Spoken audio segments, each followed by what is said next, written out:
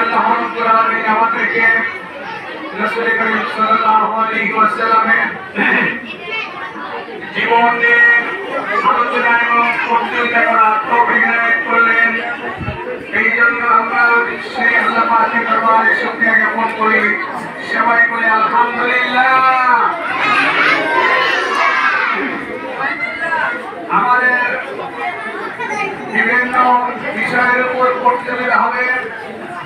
এই প্রতিযোগিতা সুন্দর সুশৃঙ্খল করার জন্য সকলকে চুপচাপ গান আসনে বসতে হবে।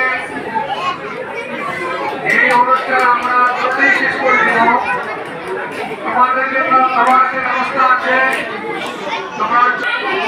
এবং যারা প্রতিযোগিতায় অংশ নিবা তারা ধৈর্যের সাথে এবং শৃঙ্খলার সাথে এই প্রতিযোগিতায় অংশ নিবে এবং এই পরামর্শ দিয়ে এই আশাবাদ ব্যক্ত করে আমি পত্র